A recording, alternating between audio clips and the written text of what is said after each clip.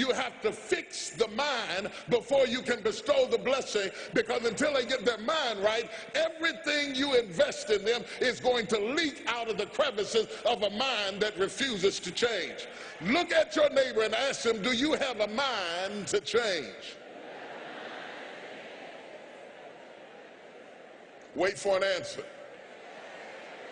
If they say no, drag them to the altar. Tell them they got till midnight to get that fix.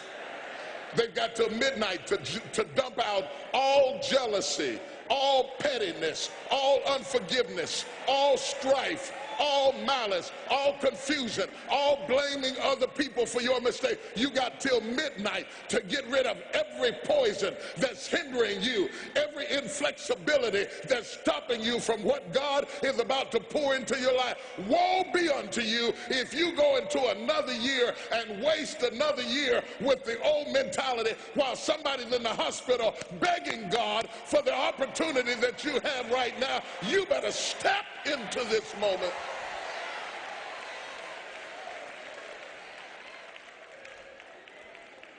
Lay your hands on your head and say, give me a new mind.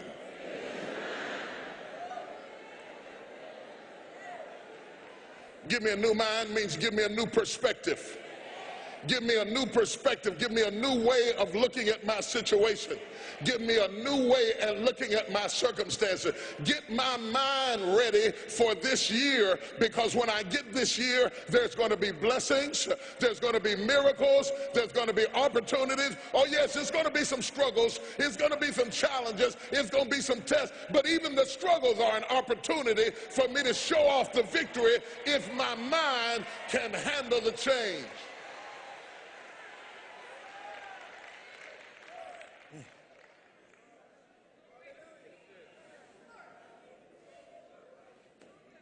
Do you have the mindset to be blessed?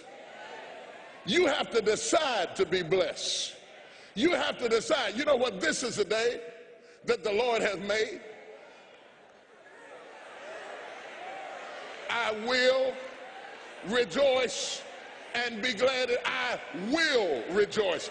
I, as an act of my will, I've decided I'm going to rejoice. I made up my mind. I'm going to be happy. I made up my mind. I'm going to enjoy. I'm as healthy as I'm going to be. I'm as young as I'm ever going to be. I can't get any younger. I can't roll the clock back. With what I got left, I'm going to maximize this. I will rejoice. See, that's getting on somebody's nerves right now, because that old mind can't rejoice. No, not me. I can't rejoice. I'm still angry. I'm not going to rejoice till they apologize. I'm not going to rejoice until he leaves that other woman. I'm not going to rejoice until my children appreciate me. You are wasting time. You have to let the past go and step over into the future and say, I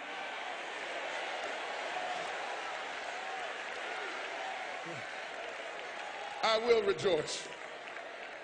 Touch 3 people and tell them there's some things I'm not taking with me in the new year. Everything that's inflexible and everything that's not ready and everything that's backwards and everything that's negative and everything that's condescending and everything that's carnal and everything that's holding me back, I refuse to take it over into another year and waste another new year with an old mind. The devil is a lie.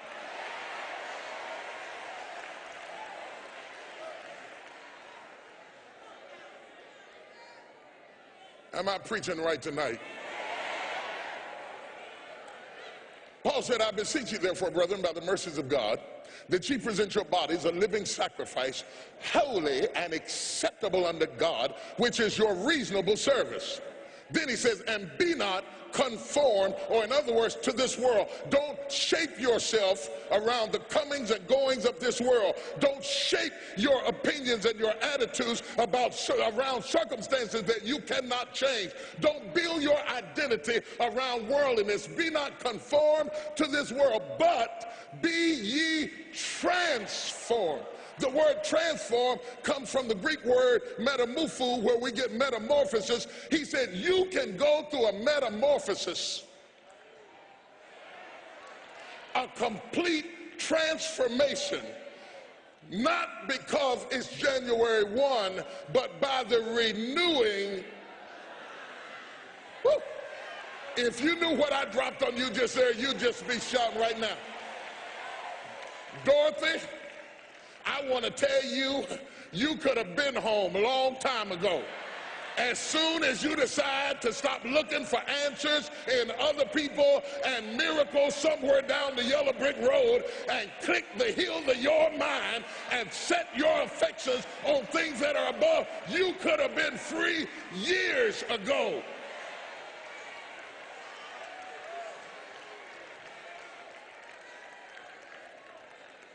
The most powerful tool that you have right now in your life, in your body, is your mind.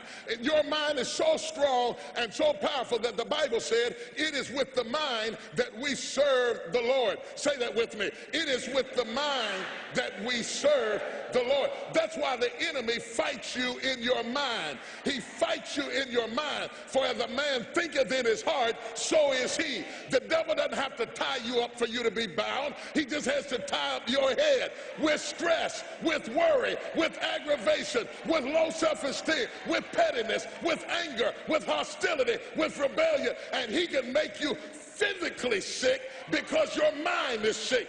But somebody in here tonight is about to get a miracle in your head.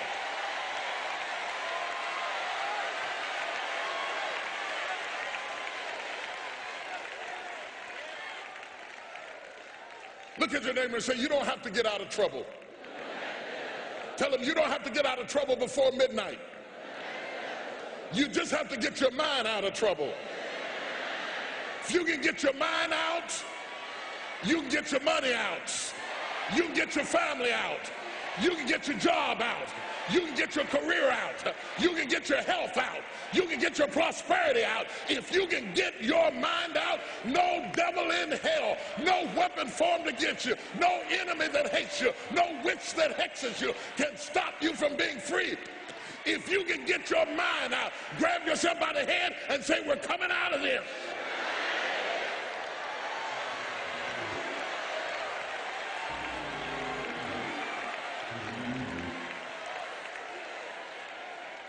Slap somebody and say, I'm coming out head first.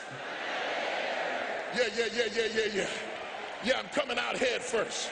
I'm going to get my head out. I'm going to get my thinking out. I'm going to get my mentality out. I'm coming out head first. And when my head comes, everything that's connected to the head is going to have to come out too. I'm getting my head.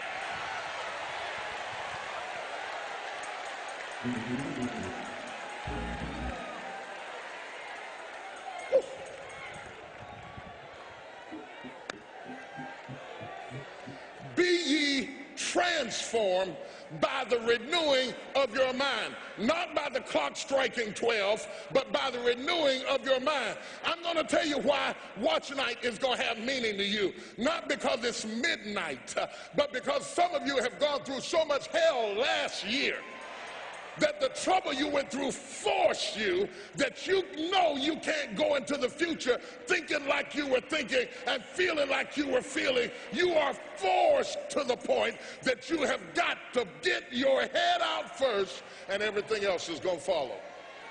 Who am I talking to tonight?